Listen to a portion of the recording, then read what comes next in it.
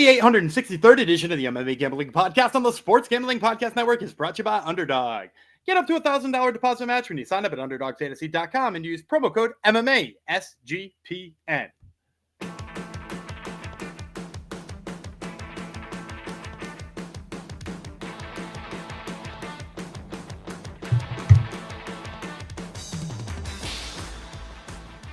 Adios, Degenerinos. Welcome to episode 863 of the MMA Gambling Podcast on the Sports Gambling Podcast Network, dedicated to Brad Burris, who commented last week that a goat was missing in action. I guess that would be me, but they still got a goat. That would be Gumby. So thank you, Brad. Is true. Well, we're just a couple of goats here. Thank you for coming to the show. This is a Cage Warriors episode. We owe you 2 episodes today, so this is your second episode. Then we will be back on track, back on time, regular schedule programming, all that good stuff. I got a new name. I'm Hota P. Jeff Fox. I got tired of the other one. That's Gumby Vreeland beside me. And as I said, we're covering Cage Warriors 192, which is going down this weekend in London, England. Thoughts on this here fight card? This is a pretty good one. I always like a flyweight title fight. We got one on, the today's first episode when we broke down LFA. We get another one here between somebody who keeps proving me right and somebody keeps proving me wrong, which is kind of fun. And so that's a fun fight. We get Qadrian's back in action after winning that one-night tournament. He won, seems like years ago at this point in time. That's fun. You got a bunch of prospects who look like they're on their way to the UFC in this fight card. This is a good Cage Warriors fight card. There you go. Excellent. That's what we like to hear. And of course, we're going to get you some winners. No odds yet for Cage Warriors or LFA, which we recorded earlier today, which normally they drop a little bit earlier than normal regional ones. So you may have them by the time you get this in your offices. Who's to say? Let's just dive right into it. After I remind you, you can listen to every podcast episode on this network for free just by subscribing to the SGPN feed. So check it out, SGPN feed, wherever you get your podcasts.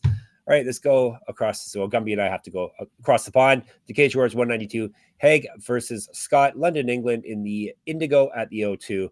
This coming Saturday, 1 p.m. Eastern time. When's the UFC Nashville? Do you know what the start time is for that? I know the main card is 9. Okay, good. So it's a later one.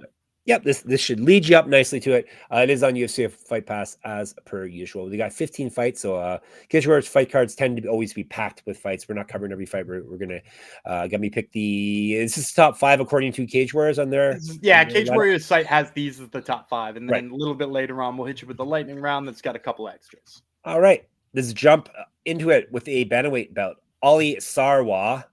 Is this your favorite nickname of all time? Yes, it's a good nickname coming up.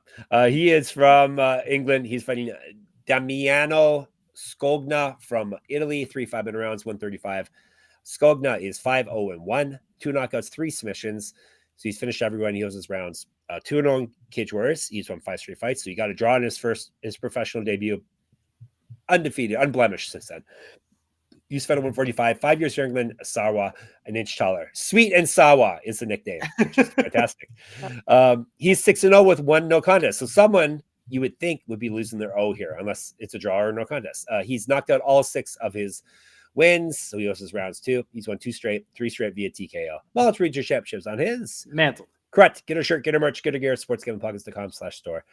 Used to fight at 145. I like nicknames that lead me into how to say the person's last name. So that helps. Sarwa. I think Sarwa's going to be probably negative 300 favorite. You mentioned 6-0, 6 knockouts. He's the hometown guy too, versus the Italian coming in. And I'm actually going to go underdog here. You tricked me. I'm going to kick off the show with my guess is in the plus 275 range here for Scogna. And the reason why is look, Sarwa is definitely the more technical striker. If you watch these two strike, Scogna would rather brawl it out, and Sarwa would much rather, fight a technical fight. But I've also seen every time Sarwa gets hit by something somewhat decent, or if somebody tries to brawl with him, he obliges them. He is like, well, screw it. I don't have to be the more technical guy. I'll just brawl with you too. That's fine. And look, it's landed him a ton of knockouts, and it's worked for him in the past.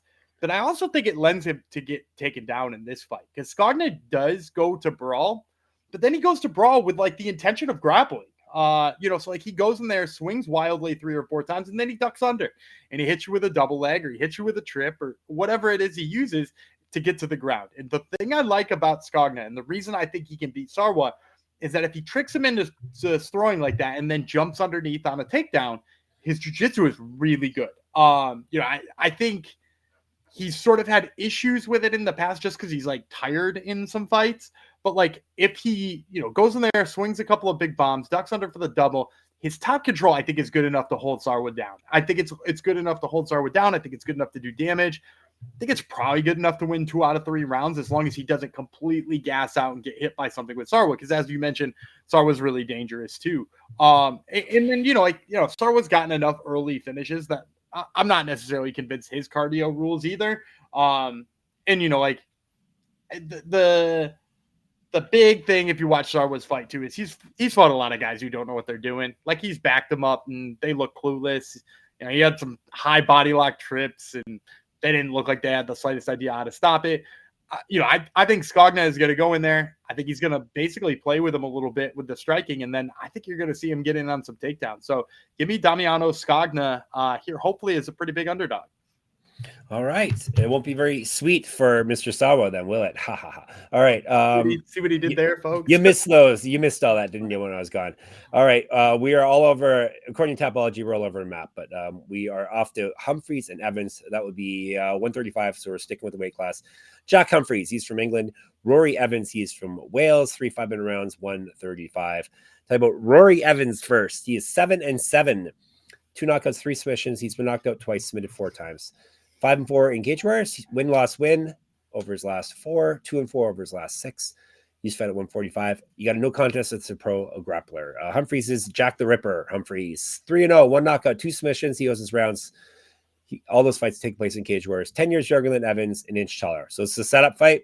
Yeah, setup fight. Negative 750 on Humphries, my guess. It's not just the record either. It's what you could see from watching them. So if you tell me to look at this entire card and say who's the person you're most confident will wind up in the UFC at some point, and I don't mean next, but at some point, my answer would be Jack Humphries. Because even though there's some other talented prospects at the top, Haque is a little bit older, and Qadrian's style maybe is not conducive to the UFC really liking him. Cameron Else has already been there. Jawany Scott might be a hot prospect, but he's at flyweight, and you know how they feel about flyweight. So Jack Humphries might be the guy I'm most confident will get there because he seems like the whole package, and he seems like the whole package in a way that the UFC will love. Like big, thunderous, fast kicks to the body, like the type that you can just tell take the air out of his opponents. Quick hands. Somebody shoots on him. He's heavy with the hips, forces him back up to strike with him. And sometimes when he decides not to let him back up to strike, he stays on top, and his ground and pound is actually pretty sick too. He's literally like the prototype of what the UFC is looking for in terms of a prospect because he's fighting the most exciting way. He's fighting the way we say that it'd be a shame if that guy fought that way on Contender Series because that's not his thing. This is his thing. He fights like a Contender Series guy already, and that's what he's good at. So I think that's great. And then, I did my due diligence on Rory Evans too. I didn't just look at the record and say, 7-7 pass on that guy. But if you watch him, the flaws match up perfectly to the successes of Jack Humphries, right? One of the biggest things I've noticed in his takedowns, because he does like takedowns, he'd rather probably grapple than strike if I had to guess from Evans. His takedowns come from so far away and they've got nothing leading up to him. He doesn't throw an overhand right into a double. He throws 2 feints, resets, and then he shoots a double. And it's from 6 miles away, and just about anybody could stop him on it. And, I've seen him get to people's hips before, but because he shot from so far away, he doesn't have a good grip or he's not got enough drive. It's just not there. And then in addition to that too, he's very plodding on the feet. He wants to go second, which is a nightmare when you're fighting a guy who's smarter than you and faster than you and can get in and out of range. So I think Humphries is going to hit him and then not be there to be returned on. So Rory Evans is going to spend the whole fight trying to find his entries and not really getting them. And then, just for the record, I said Jack Humphries close to being a Contender Series guy. Yep. If I were to draw some flaws into his game, because I don't think he's perfect yet, right? Maybe my biggest flaw is some of his big strikes, particularly with his hands. Not so much with his kicks, but with his hands. When he throws, it's got a little bit of a windup on it. He still needs to be able to create a little bit more power with a little bit less work. and a little bit less tipping off his opponents. Because if he continues to do it at the rate he's at, he's going to run into competition that's better than Evans and have a little bit of trouble landing those big strikes. But I think where the level he's at right now, he's going to mow Evans down. And I wouldn't be surprised to see this hit 4 figures by the time it gets to fight night. All right. Get in on it. Well, it's 3 figures, I guess, is our advice here. All right, we're going to move on after I tell you about Circa Millions and Circa Survivor. Think you know ball? They're talking about football for those of you who are on American. That's ball in the States. Then you have to enter Circa's football contest with $21 million in guaranteed prizes. I guess they say football there too. So there's no rake. So if entries go above the guarantee, all extra money will go to the prize pool.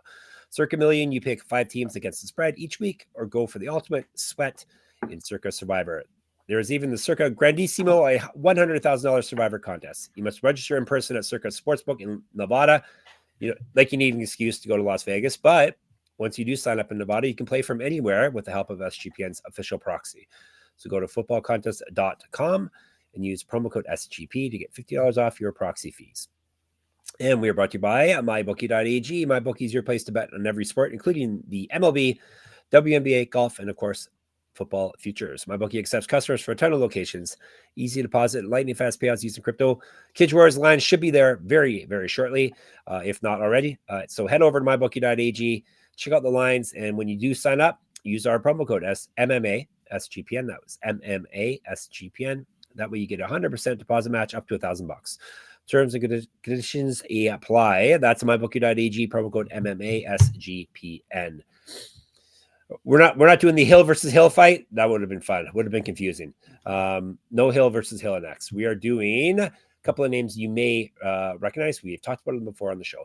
Weslley Maia, he is from Brazil. Aiden Stefan, he is from Scotland. They are fighting 3 5-minute rounds at 135. A bantamweight heavy card, at least the portion of it that we're covering here. The phenomenal Aiden Stefan is it Steven? Steven or Stefan? I think it's Stefan. Stefan? Okay. He is phenomenal, regardless of how you pronounce his name. He's 11-5. 2 knockouts, 4 submissions. He's been knocked out once, submitted twice. 7-4 in Cage Warriors. He's won 3 of 4 and 5 of 9. He won his last fight via submission. He's fought at 145 and 155. He's 3 inches taller than Maia. Magic Maia, 10-6. 5 knockouts, 3 submissions. He's been knocked out twice. 4-4 in Cage Warriors. He's won 4 of 5, though. That's nice. And 4 of 7, not so nice. Submission win in his last bout. 1-0 in PFL. He's fight down at 125. 2015 Pro MMA debut. He's 4 years younger than Stefan, despite being in the game for a long time. Yeah, I think this one's going to be lined pretty close. My guess is Maia, like -165, -170. And I'm going to take him in this one. I think the big difference for me is just that, like, Maia's pretty damn good everywhere. You know, we kind of saw it in that one night tournament they had where he fought Alexander Loof and looked pretty damn good in that fight. You know, like, I think Maia has the ability to win a fight anywhere. Like, he could take somebody down, he could submit him, he could brawl with him, he could strike technically from distance with him. He's like pretty damn good everywhere.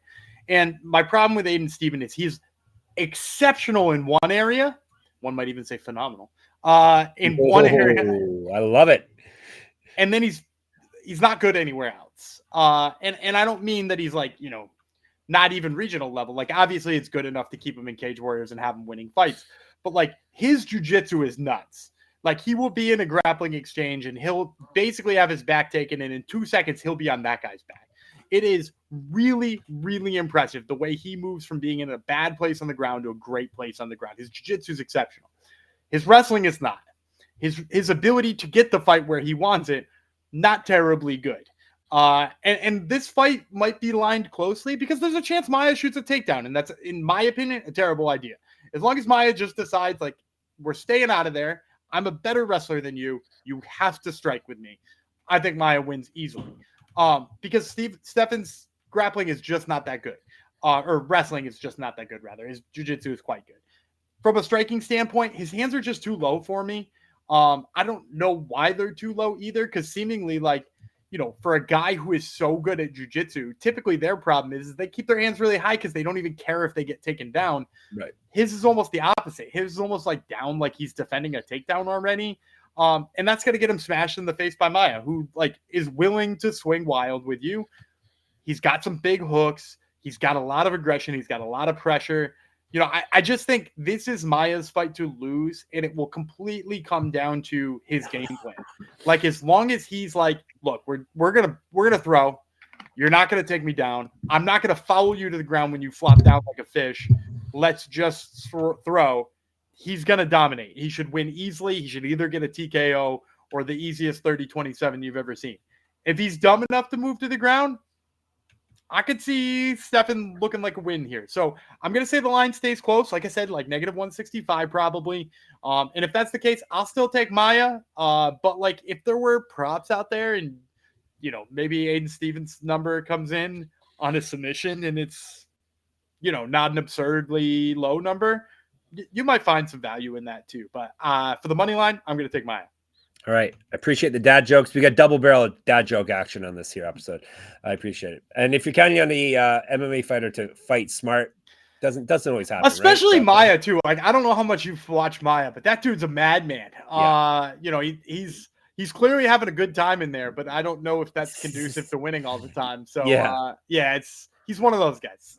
Those ones are, if you like the sweats, then with your bets, then those guys are definitely sweats if you have money on someone who is a bit of a madman. So, all right, we are to our co-main event. A couple of names that we have spoken of before on this here episode. They are not fighting at bantamweight though, right? Because every fight we've covered, I think so far, is bantamweight. This one is bantamweight. There you go. Cameron Else. He is from England. Shirzad Qadrian. He is from Iran. They are fighting 3 5-minute rounds at 135. Qadrian is the Lion. 7-1, 2 knockouts, 2 submissions. He's never been finished. He's 4-1 cage warriors. He's won 4 straight. He's not lost since July 2023. He has multiple regional championships on his mantle. Correct. Get a shirt, get our merch, get all of our good stuff at sportsgamblingpodcast.com/store. Get sticky while you're at it too. He's 14 years younger than Else. Else is Kamchita, which was a fun nickname back in the day when he was in the UFC. 11-6, 5 knockouts, 5 submissions. He's been knocked out 4 times, submitted once. That means he owes us rounds. 3-2 in cage wars. He's won 1 of 3 and 7 of 9. That sounds better. Did win his last bout. That was back in April of 2024. He's not lost since April 2022. He went 0-2 in the UFC, 1-0 in Bellator.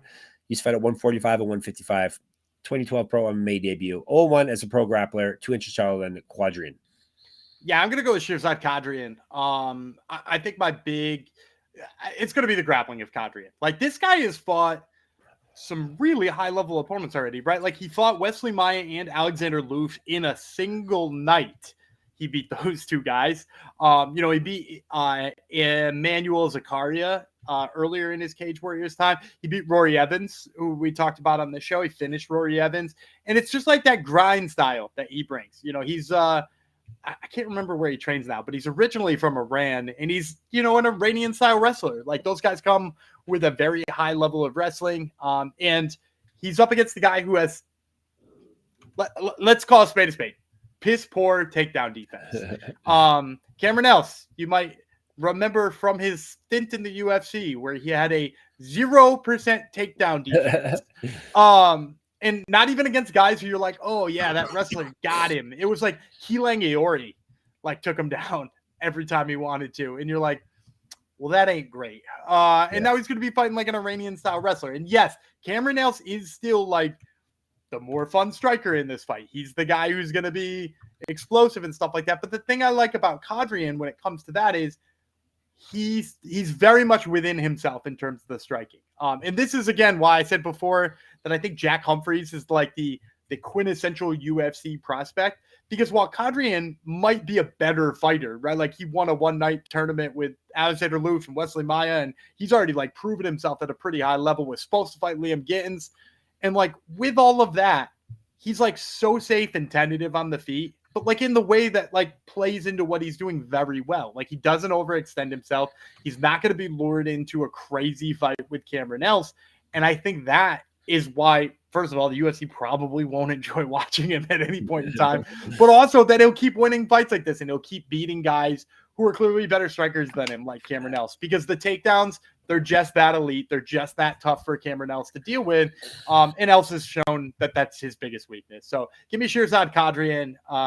And I don't know if I predicted a number here. Let me see what I wrote down. I wrote down 275, negative 275. I think he's got to be a sizable favorite. Although, I mentioned on earlier today's show when we were talking about LFA, sometimes that UFC record pulls things down a little bit. And I can't imagine it pulling it down that much. Cameron Ellis's UFC stint wasn't good. 94% of topologists are in on Qadrian with you. So yeah, they get it. Yep. All right. Before we get to our main event, it's time to tell you about Underdog Fantasy. Underdog Best Ball Mania is happening all summer long, giving away $15 million in prizes, including $2 million to first place. No waiver wire, no arguments about trades. Best Ball is the best way to play fantasy football. Underdog also is a great place to play Pick'em. Gumby will give you an example of what you can play in Pick'em right now. Yeah, if you're going to Monday night, one of the lines I like Monday night is the lower than on Yu Darvish's strikeouts. He's playing the late game tonight. He's making his debut, his 2025 debut, but he's doing so against the Diamondbacks, who do a pretty good job of making contact. He's got some really bad history with the Diamondbacks as well. So let's take the lower than on Yu Darvish's strikeouts. All right. Sign up with our code MMA SGPN. That way you get to claim your special pick and first time deposit offer up to $1,000 in bonus credits. So underdogfantasy.com, promo code MMA SGPN.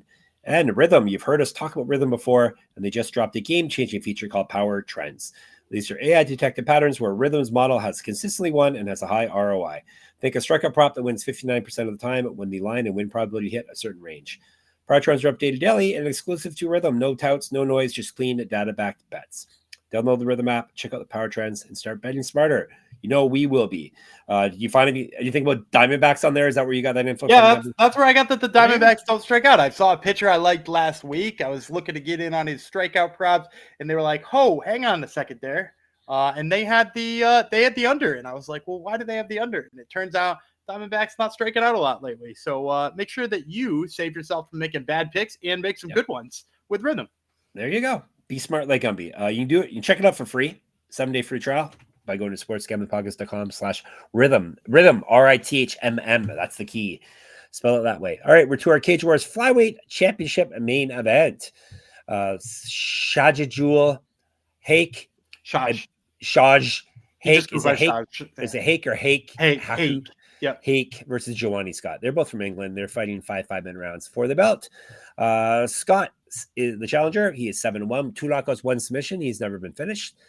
4-0 in Cage Wars. He's won 6 straight TKO win in his last bout.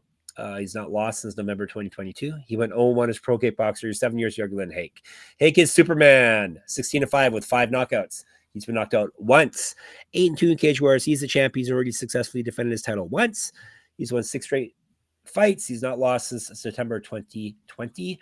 Multiple regional championships on his mantle. Correct. Get a shirt, get a merch, get all the good stuff. sportsgamblingpodcast.com/store. Used to fight at 135, 2012 pro MMA debut for Haque. So I think Jawany Scott's going to be the favorite, despite being the challenger here.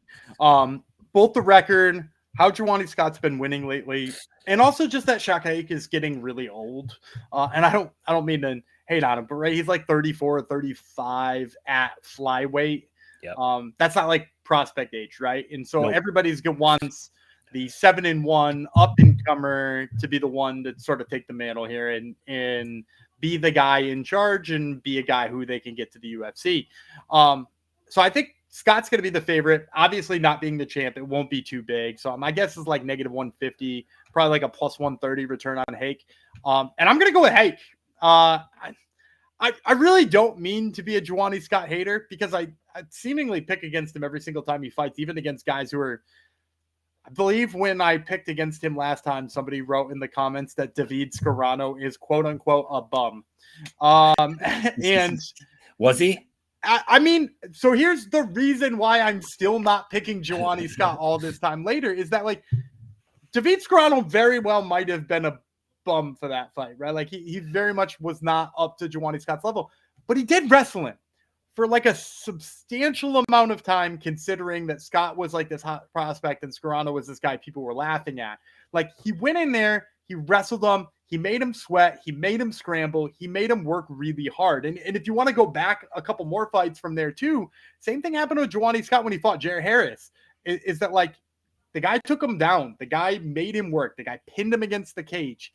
And like all of those things are not great for Scott, but they look even worse when you consider what Haque is good at. And that's, Haque is a guy who wants to grind. He wants to make this dirty. He wants to make this an ugly fight. And that's kind of what's given Jawany Scott problems in the past. Now, he hasn't been too big of a problem because he's always been able to out athletic the guy he's fighting, or, scramble better than the guy he's fighting. But is he going to scramble better than Haque? And then on top of all that too, Hake's hands are really coming around. And I know I just made a joke about him not getting better because he's older, but his hands really have gotten better. You look at that last fight. Was it last fight or 2 fights ago with Sam Creasy? Must have been 2 fights ago because Sam Creasy's in Octagon now and has fought a couple of times since. But when he fought Sam Creasy, he didn't have a ton of success early with the wrestling because Creasy's, pretty damn good in that avenue. But then he did knock out Creasy. He did throw a hook that seemingly came out of nowhere and put him out, and put him out is what we're talking about there.